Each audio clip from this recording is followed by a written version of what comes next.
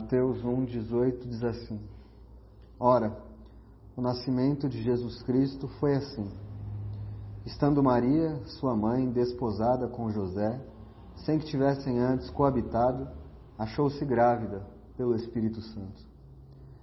Mas José, seu esposo, sendo justo e não a querendo infamar, resolveu deixá-la secretamente.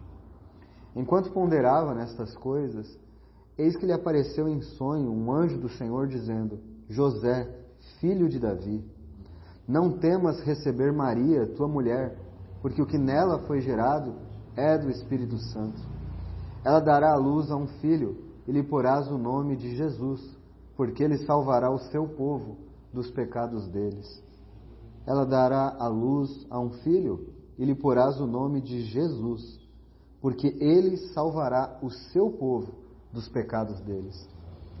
Ora, tudo isso aconteceu para que se cumprisse o que fora dito pelo Senhor por intermédio do profeta. Eis que a virgem conceberá e dará à luz um filho, e ele será chamado pelo nome de Emanuel, que quer dizer Deus conosco.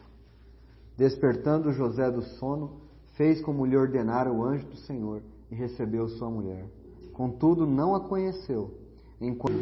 Senhor, nós te agradecemos por tua santa e bendita palavra.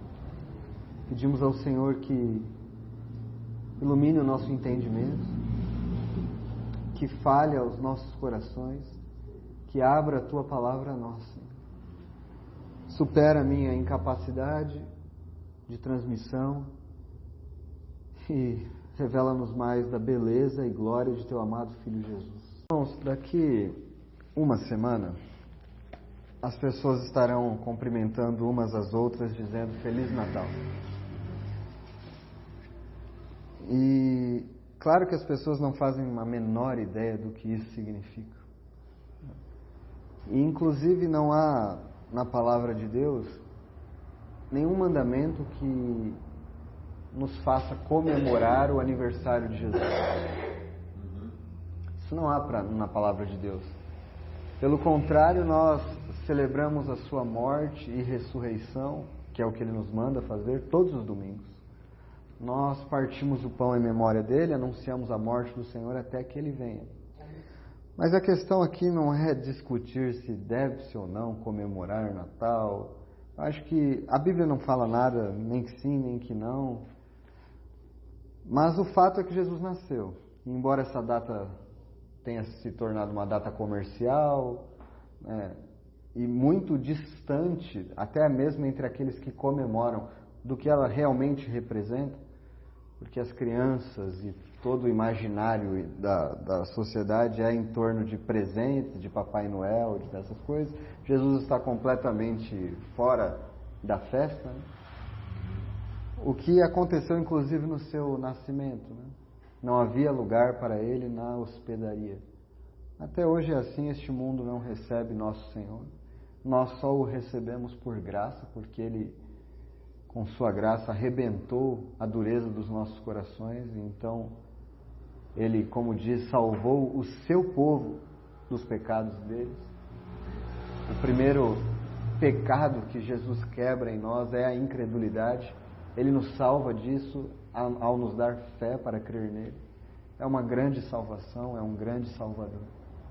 Mas, qual é o objetivo de nós estudarmos este assunto? Muito precioso, porque o Verbo se fez carne e habitou entre nós. Ele nasceu aqui nesta terra. Aquele que não tem princípio de dias, nasceu nesta terra. Se esvaziou.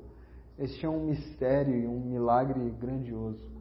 Que o Deus eterno, aquele que criou os céus e a terra, se esvaziou de sua glória para se fazer parte desta natureza humana, com as limitações da natureza humana, não com pecado, porque ele não nasceu em pecado, mas com as limitações, porque ele teve fome, sede, frio, cansaço. 100% homem, mas 100% Deus, porque ele fez milagres que nenhum fez, senão Deus. Porque ele conhecia a mente e o coração dos homens sem que ninguém lhe dissesse nada. Então o Evangelho nos revela aquele que é 100% homem e 100% Deus.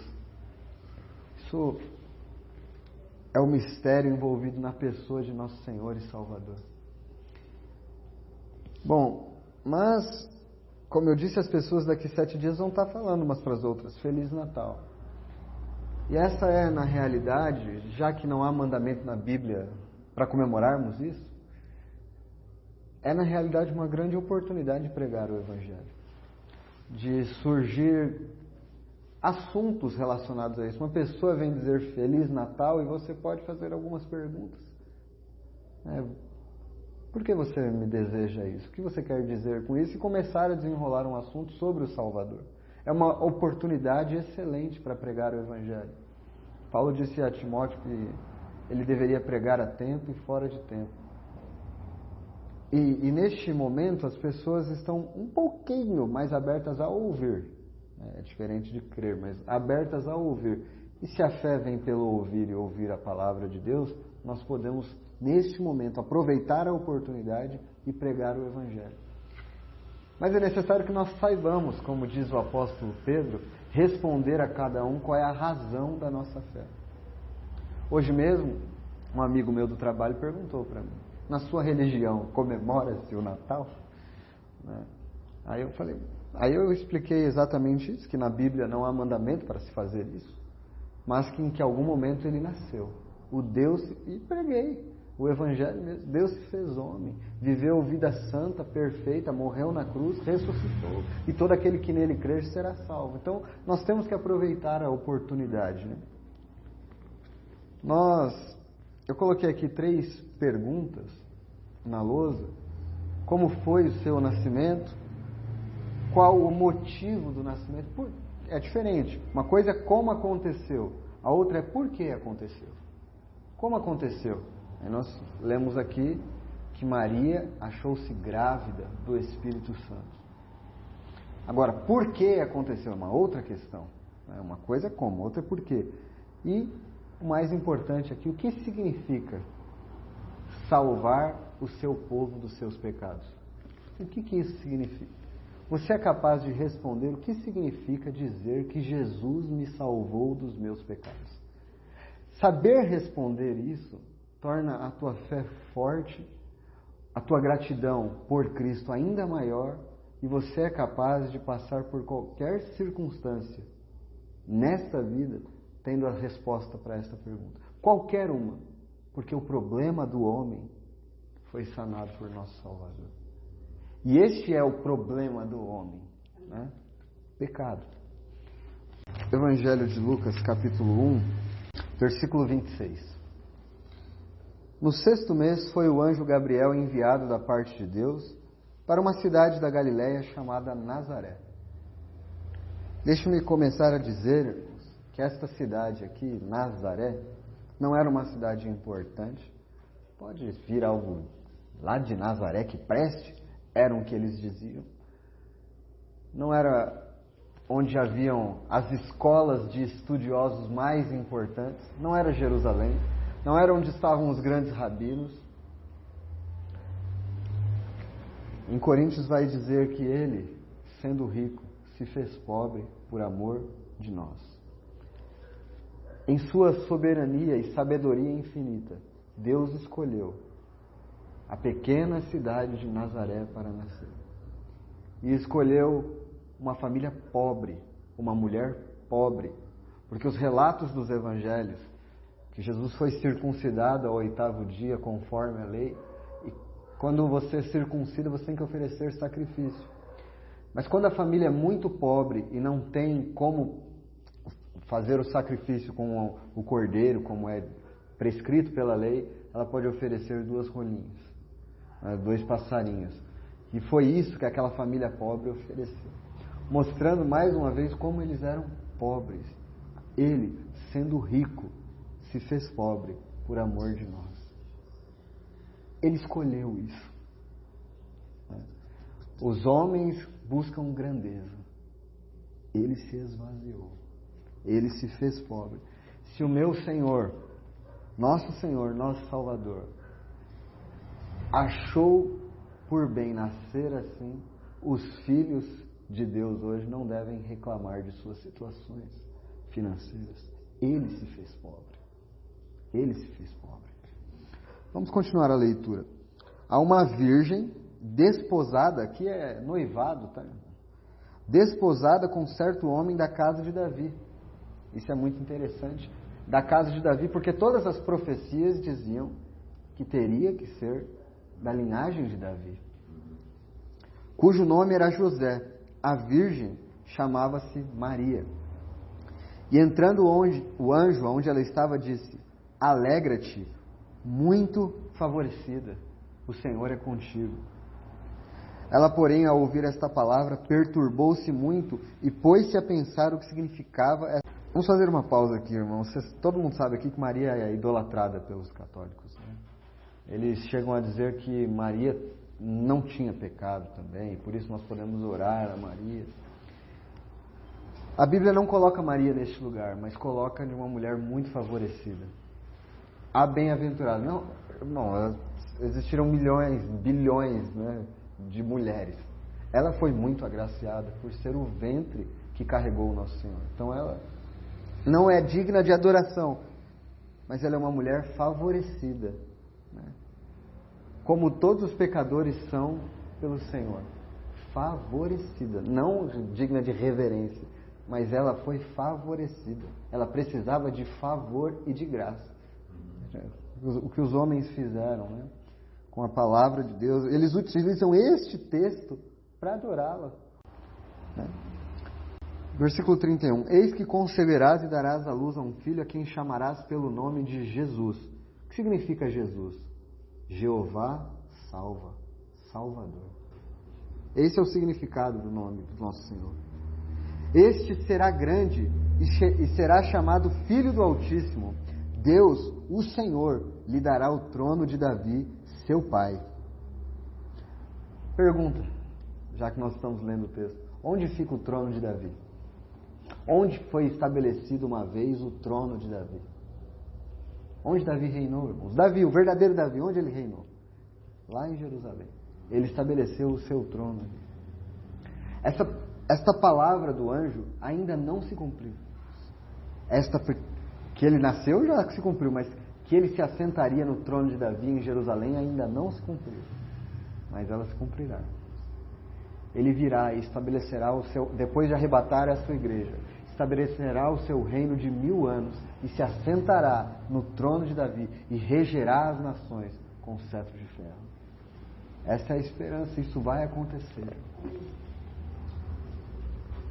Ele reinará para sempre sobre a casa de Jacó e o seu reino não terá fim. Então disse Maria ao anjo: como será isso? Pois não tenho relação com homem algum. Aqui é a resposta para a pergunta que nós temos à luz. Respondeu-lhe o anjo: descerá sobre ti o Espírito Santo, e o poder do Altíssimo te envolverá com a sua sombra. Por isso também o ente santo que há de nascer será chamado Filho de Deus. Isabel, tua parenta, igualmente concebeu um filho na sua velhice, sendo este já o 6º mês para aquela que diziam ser estéril. Porque para Deus não haverá impossíveis em todas as suas promessas. Então disse Maria: aqui está a serva do Senhor, que se cumpra em mim, conforme a tua palavra. E o anjo se ausentou dela. É muito interessante isso aqui. Por que, irmãos, Jesus tinha que nascer como nasceu? Como foi seu nascimento? Maria achou-se grávida do Espírito Santo. O Espírito Santo e o poder do Altíssimo te envolverá. Por que teria que ser assim? Porque todo filho de Adão nasce pecador. Tinha que ser assim. Irmãos, a nossa fé é muito lógica, por mais que os homens achem que não é. Todos os homens nascem pecadores. Da semente de Adão, todos os homens nascem pecadores. Para que um Salvador viesse ao mundo, ele teria que nascer de uma mulher, porque era necessário que ele fosse homem para salvar homens, mas ele não poderia receber a semente de Adão. Ele não poderia receber a semente pecaminosa, senão ele seria um pecador. Mas aqui o texto diz: o ente santo será gerado em ti. santo, sem pecado, completamente humano e sem pecado, sem nenhuma mácula e nenhuma mancha do pecado. Por isso, ele sim, sofreu todas as tentações em muito maior nível do que qualquer homem já sofreu. Mas o pecado nunca habitou dentro dele como habita em nós. E por isso caímos. Mas ele não. Santo, santo, santo. 3 vezes santo. Teria que ser assim. Teria que ser assim. Claro que eu disse que a nossa fé é lógica. Logicamente teria que ser assim. Só que aqui é um milagre, né? Aqui é um milagre inexplicável. Que o Espírito Santo engravide uma mulher, ela transforme-se ali em uma barriga de aluguel para que um ente santo nasça. Isso é um milagre, mas o texto explica. O versículo 37 diz: porque para Deus não haverá impossíveis em todas as suas promessas. Não é a promessa que a virgem conceberá? Essa é a promessa. Este é o sinal. Este era o sinal. Qual é o Salvador? Que sinal? Uma virgem que nunca teve relação conceberá. O Espírito Santo fez isso. Gerou o nosso Senhor. E tinha que ser assim. Então, assim foi como foi seu nascimento. Mas qual é o motivo do nascimento do Senhor? Isso é muito importante. Voltemos a Mateus, irmãos. A resposta está no versículo 21. Qual o motivo? O motivo é salvar o seu povo dos pecados deles. Mateus 1, 21. Este é o motivo do nascimento do Senhor. Salvar o seu povo dos pecados deles. Irmão, nenhuma novidade o que você me conta. É verdade. Mas se o motivo, se o porquê de Jesus vir à Terra é salvar os homens dos seus pecados, por que não é isso que é pregado em nossos dias hoje? Por que não é isso? Por que é pregado por que são pregados outros evangelhos que dizem que se o homem vier à fé, ele se tornará mais próspero?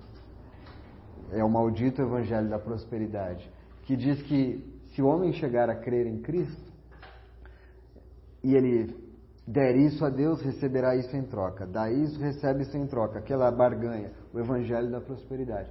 Irmão, mas isso é muito baixo nível. Ninguém aqui quer nessas coisas. Mas, irmãos, quando nós estamos conversando com outras pessoas, é necessário que tenhamos argumentos para falar com elas. E você quer um argumento? Mateus 1, 21. O propósito do nascimento do Senhor é salvar o seu povo. Ele não veio para outra coisa. Ele veio salvar o seu povo dos pecados deles. Então, quando você estiver... Porque os evangélicos precisam ser evangelizados. Eles precisam ser evangelizados. Porque eles frequentam locais onde o evangelho não é pregado. Então, nós temos a oportunidade de pregar o evangelho para aqueles que pensam que são salvos e não são. Porque eles não conhecem o que o Salvador veio fazer, nem quem é o verdadeiro Salvador. Mas há outro evangelho mais sutil hoje, que é o evangelho emocional, é o evangelho coaching, é o evangelho em que você é depressivo e Jesus vai curar a sua depressão. Você é precioso para Deus, você é o puro ouro de Ofir, e você precisa encontrar em você aquilo que Deus projetou, e você é muito precioso. Então, esse evangelho que tira de lado o pecado e começa a exaltar o valor do homem. Você é a imagem de Deus, você é a criação de Deus, é a coroa da criação de Deus. Você precisa se valorizar mais, você precisa se amar mais. Olha o que Deus fez por você, porque você é muito valioso. Essas coisas que retiram também a grande e questão central do homem. O homem é depressivo. Não é porque lhe faltam coisas ou porque ele precisa enxergar mais valor em si. É por causa do pecado. O pecado acabou com o homem e destruiu o homem. Nós não podemos evangelizar uma pessoa dizendo, venha para Jesus. Olha, você vai ser uma pessoa mais feliz se vier. É verdade que será, mas não é este o evangelismo. O evangelismo é, você é um pecador. E Jesus veio para tirar os pecados do seu povo. para salvar o seu povo de seus pecados. Agora, ele veio para isso, né? Para salvar, porque ele salvará o seu povo dos pecados deles. Você sabe como estava Israel naquela época em que Jesus veio? Quem dominava Israel? Roma. Eles estavam sob cativeiro, eles estavam sendo massacrados com a quantidade de impostos que eram cobrados. Eles esperavam um Messias para libertá-los do poder de Roma. Não todos, né? Mas a maioria da nação de Israel esperava isso, que viria o Messias, e tem promessas realmente assim, mas não esperavam nessa questão, salvar dos pecados deles. Essa parte eles não achavam que precisavam muito. Eles precisavam de um libertador, que resolvesse os problemas deles, que tirasse Roma de cima deles.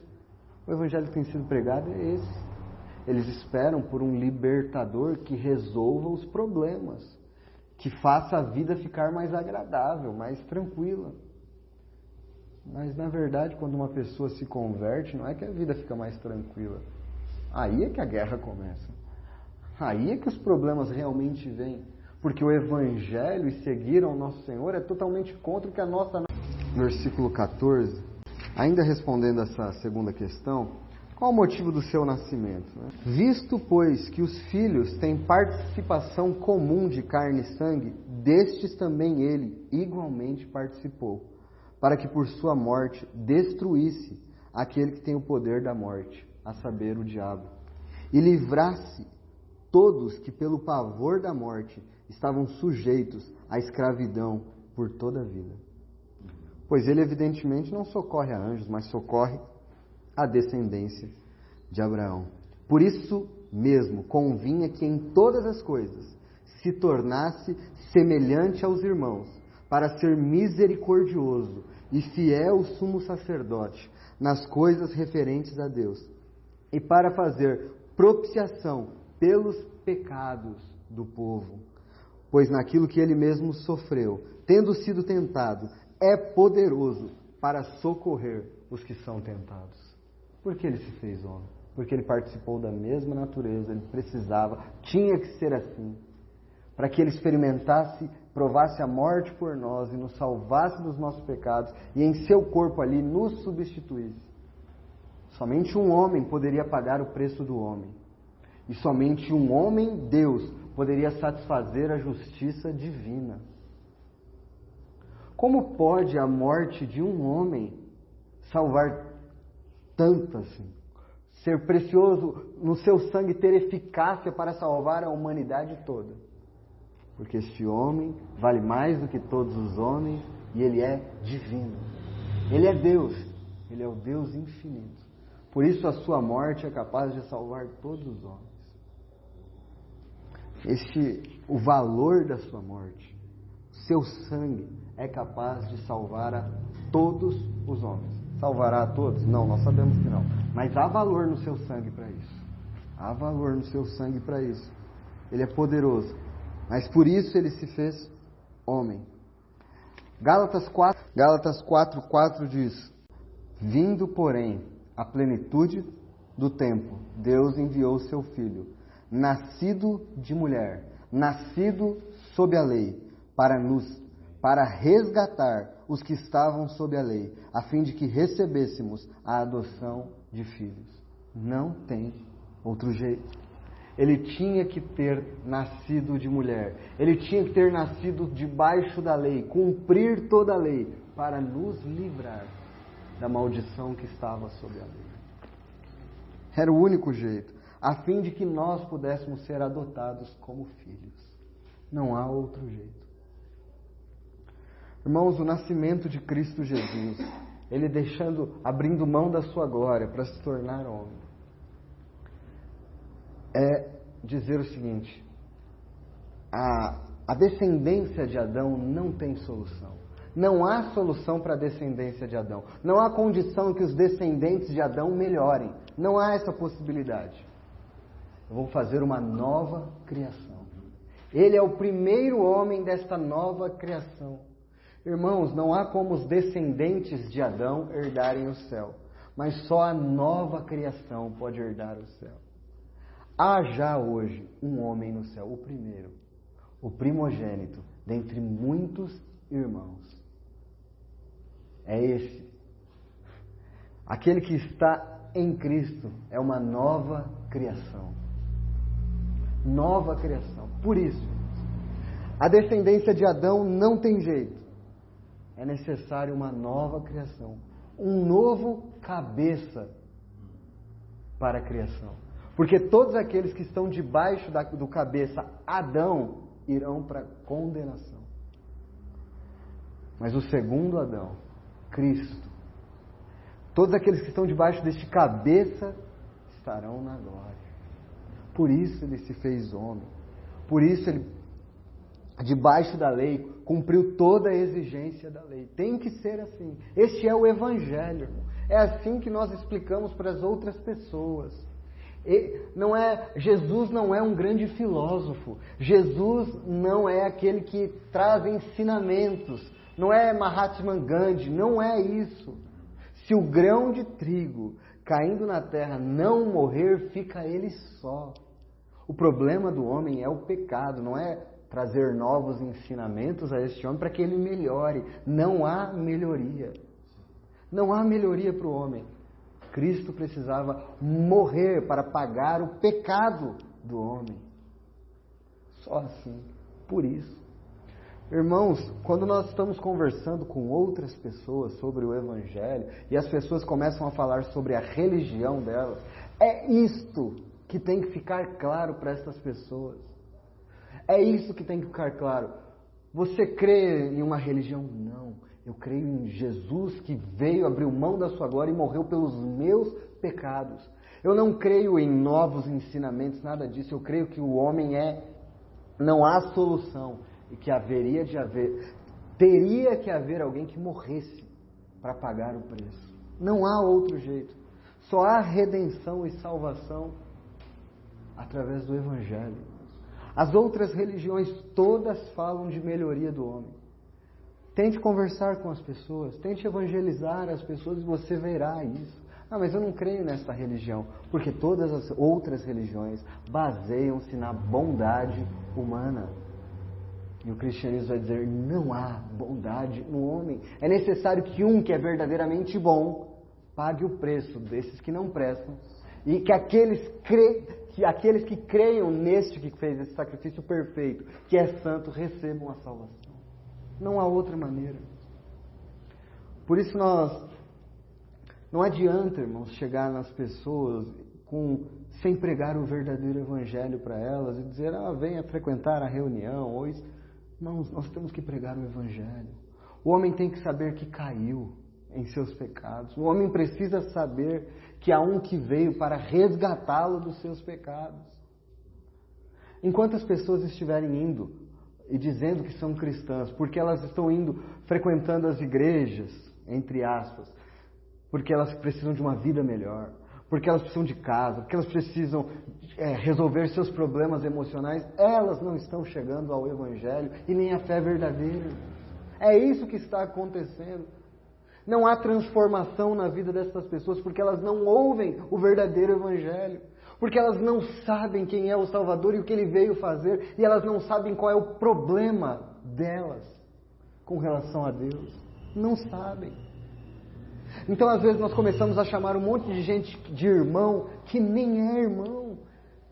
Que nunca ouviu o Evangelho. Mas vai no lugar de tal. Converse um pouquinho. Converse um pouquinho e veja o que ela sabe do Evangelho. Essa é a mensagem que o mundo precisa ouvir, irmão. E essa é a única que salva. Porque Ele veio para salvar o seu povo dos pecados deles. É a única. Embora os homens não gostem de ouvir. Bom, então vamos para a última questão que nós colocamos aqui. O que significa? Se uma pessoa diz para você evangelizando, uma pessoa fala, eu sou uma pessoa salva. Jesus me salvou. E a pessoa pergunta, mas salvou do quê? Do que é que Jesus te salvou? O que é essa salvação? O que significa que Jesus salvou agente dos nossos pecados. O que significa isso? Irmãos, para responder esta pergunta, o que é salvação? É ser salvo dos pecados, né?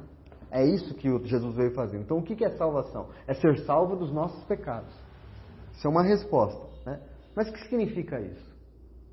Como a gente é salvo dos nossos pecados? Quando a gente pensa nisso, a gente tem que pensar em três partes da nossa salvação.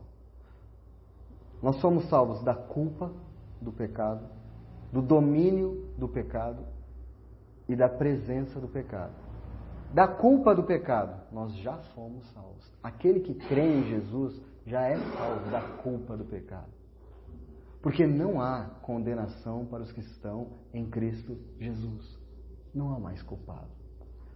Entre os filhos de Deus, aquele que verdadeiramente crê em Cristo Jesus, não há mais culpados. Quer dizer que nós somos inocentes? Não, nós somos justos. É mais do que inocentes, nós somos justificados pela fé em Cristo Jesus. Como Ele nos salva? Como eu sou livre da culpa dos meus pecados? Como isso aconteceu? É porque na cruz do Calvário Ele me substituiu. Lá naquela cruz Ele carregava no peito os seus eleitos. Eu rogo por aqueles que Tu me destes. É por eles que eu me santifico. É por eles. Cristo foi para o Calvário, no Getsêmani, em João 17, quando Ele orava por cada um dos seus, por cada um daqueles que o Pai deu a Ele, e lá Ele substituiu. Lá na cruz, o Cristo sendo crucificado, lá estava o Murilo, lá estava o João, a Cláudia, a Gresiele, a Cida, o Marcos, o Bruno, o Rafael, lá estava, sendo substituído por Ele. Por que não há mais condenação? Porque Ele já foi condenado em nosso lugar, irmão. Ele já pagou o preço daquela condenação em nosso lugar. Quer dizer que não resta mais nada a ser pago pelo crente? Mais nada. Porque se resta, o sacrifício de Cristo é insuficiente. Tem mais umas coisinhas para pagar. Se resta, o sacrifício de Cristo é insuficiente. Mas não é verdade. Ele levou sobre si todos os nossos pecados. Até os que eu cometi depois de crer no Evangelho. Sim, Ele levou sobre si todos os meus pecados. Quer dizer, até aqueles que eu ainda cometerei. Sim, Ele levou sobre si todos os nossos pecados. O seu sacrifício é suficiente. Há valor salvífico, há valor de expiação, há valor para justificar o pecador. Em verdade vos digo, quem ouve a minha palavra e crê naquele que me enviou, tem a vida eterna. Não entra em juízo, mas passou da morte para a vida. Não há condenação para os que estão em Cristo Jesus. Não há mais nada para ser purgado em nossas vidas. Mais nada. Cristo levou tudo, porque Ele me substituiu na cruz. O que significa salvar dos pecados? Como Ele faz isso? Como Ele salva seu povo dos seus pecados? Ele tira toda a culpa. O que Satanás tenta fazer? Você continua pecando, não continua? Você continua caindo, não continua? Você luta, mas você cai ainda. Você peca ainda. Satanás fica querendo colocar em dúvida se você é salvo ou não é salvo. Se você realmente pertence a Ele. Você é salvo mesmo? O valor da nossa salvação e a nossa paz com Deus está baseado no que Cristo fez e não no que nós fazemos. Justificados mediante a fé, temos paz com Deus. Como o homem pode ter paz? Se apegando à justiça de Cristo. Ah, mas então, onde estão os meus méritos? Onde está o meu motivo de me orgulhar? Em lugar algum. Você não encontrará motivo para se orgulhar em suas próprias obras se você crer em Cristo Jesus. Longe de mim esteja gloriar-me, a não ser na cruz de Cristo Jesus. Lá está a nossa glória. Por que você é salvo? Eu olho para lá. Eu olho para a cruz. Eu olho para aquele homem que me substituiu. Eu olho para aquele homem Deus que me substituiu, pagou todo o preço. Ele se fez carne. Ele viveu sob a lei, cumpriu todas as exigências da lei. Foi obediente até a morte de cruz. E lá levou todo o meu pecado. Quando eu peço perdão dos meus pecados a Deus, eu não estou pedindo perdão tendo dúvida se Ele me perdoará ou não. Eu estou confessando os meus pecados, porque eles já foram perdoados na cruz do Calvário. Eu estou confessando os meus erros e as minhas falhas, mas eles já foram perdoados na cruz do Calvário. Porque quando Deus, o Pai, olha para seus filhos, Ele vê sobre eles um outro manto. Ele vê o manto da justiça de Cristo. Ele vê o sangue de Cristo que os cobre. Não era assim no Velho Testamento, irmãos? Quando se oferecia os animais para a purificação dos pecados dos homens, o sangue daqueles animais derramados não cobria os pecados daqueles homens. Eles tinham que se achegar lá pela fé, não é, irmãos? Porque era pela fé no Velho Testamento também. Porque eles tinham que acreditar que o sangue daqueles animais, naquele sacrifício, teria valor para cobrir os seus pecados. Agora, abra em Hebreus 9, versículo 13 e 14, e veja qual é a realidade do crente em relação à salvação dos seus pecados. Hebreus 9, 13 e 14.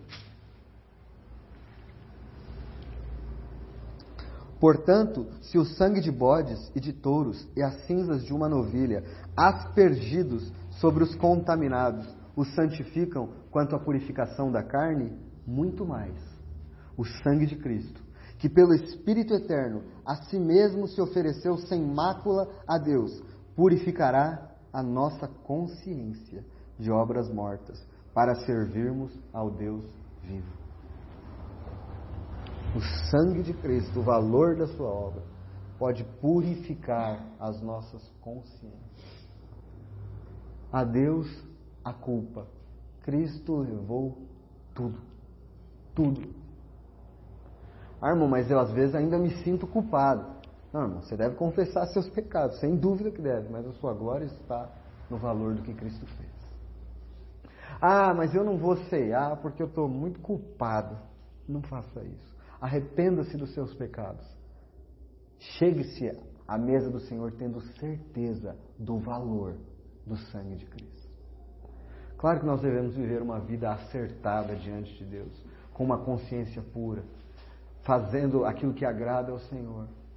Mas o sangue de Cristo, a justiça de Cristo, nos cobre. Não há culpa mais. Não há condenação para os que estão em Cristo Jesus. A Deus culpa. Agora, essa é a primeira fase, irmãos. E todos nós, se cremos em Cristo, já não temos mais culpa do pecado. Todos nós. Irmãos, deixa eu dizer uma coisa. Sabe a justiça de Cristo que nós temos agora?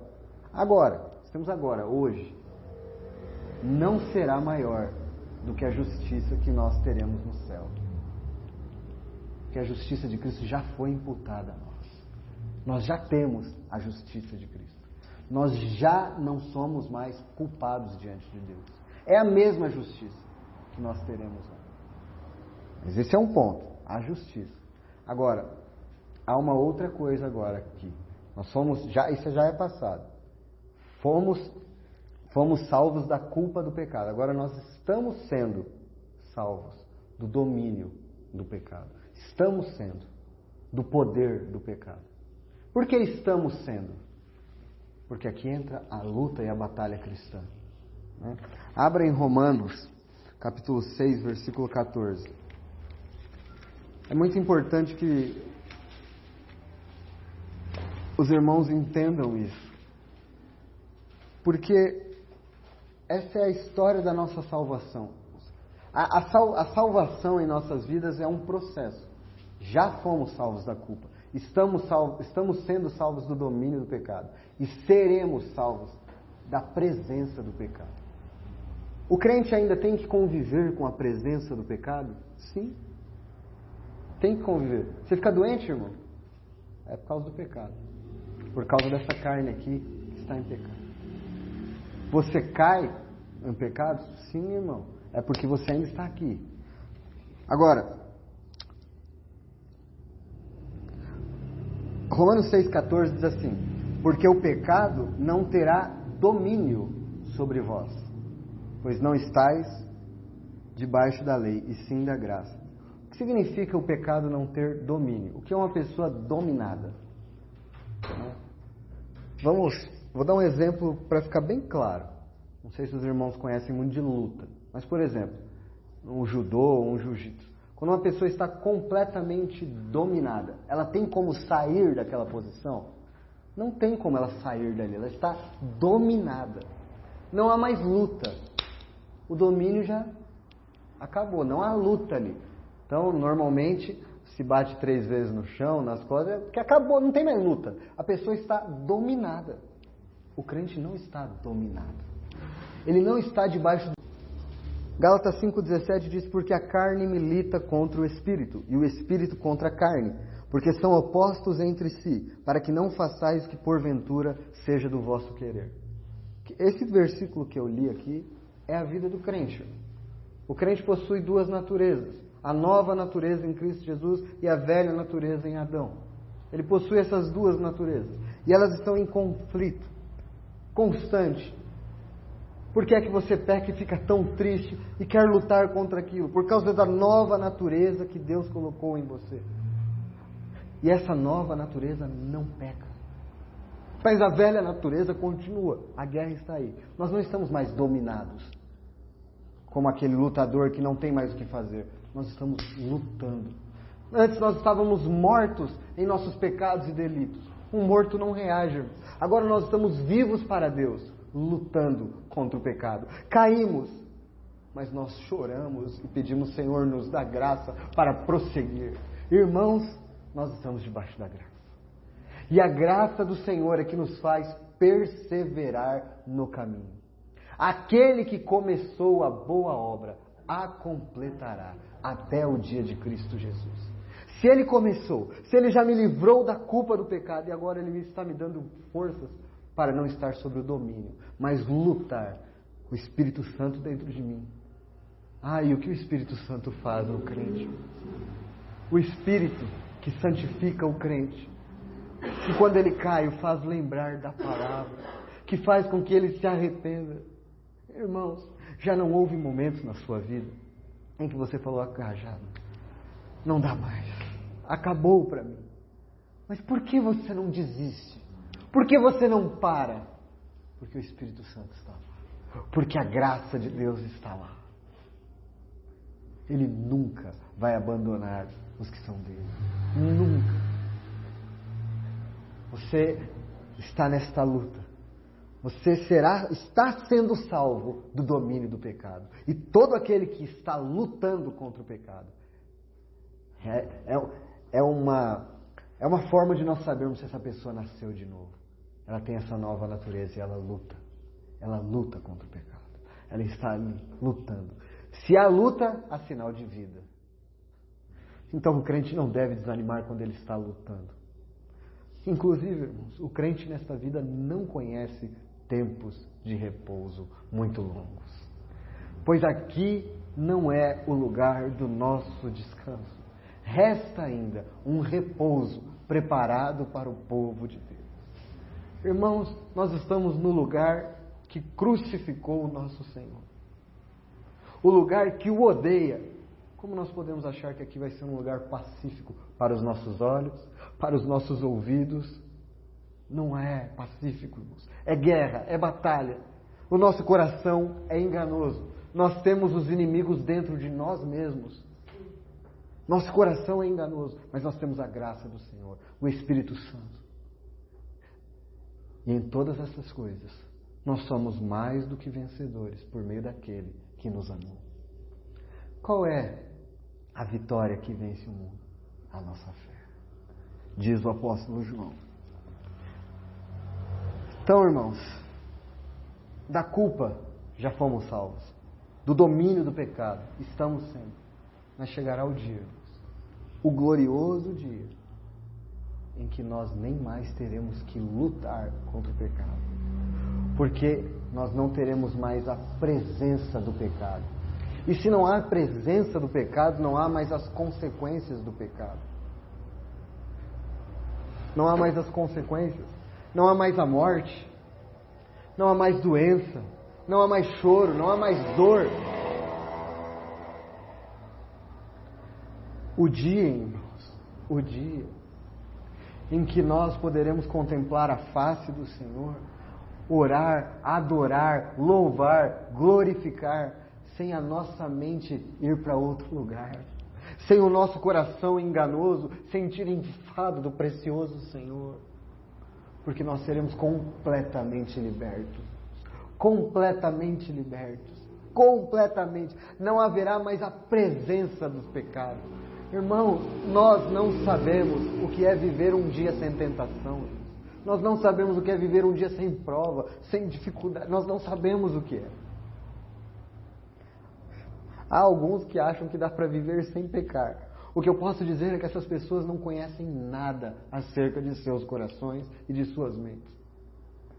Porque a lama da serpente, até nas nossas melhores obras, está orando. Às vezes a gente peca orando. Com os nossos pensamentos. Às vezes tendo pensamentos impuros e inadequados enquanto oramos. Irmãos, não haverá. Nós vamos ler do 50 ao 58. Entenda o que você lê enquanto você lê. Isto afirmo, irmãos, que a carne e o sangue não podem herdar o reino de Deus, nem a corrupção herdar a incorrupção. O que é isso aqui, irmãos? É corrupção. Corrupto, nosso corpo é corrupto, nossa carne é corrupta, é pecaminosa, e isso não pode herdar o reino de Deus. Eis que vos digo um mistério: nem todos dormiremos, ou seja, nem todos nós vamos morrer, mas transformados seremos todos, num momento, num abrir e fechar de olhos, ao ressoar da última trombeta. A trombeta soará. Os mortos ressuscitarão incorruptíveis.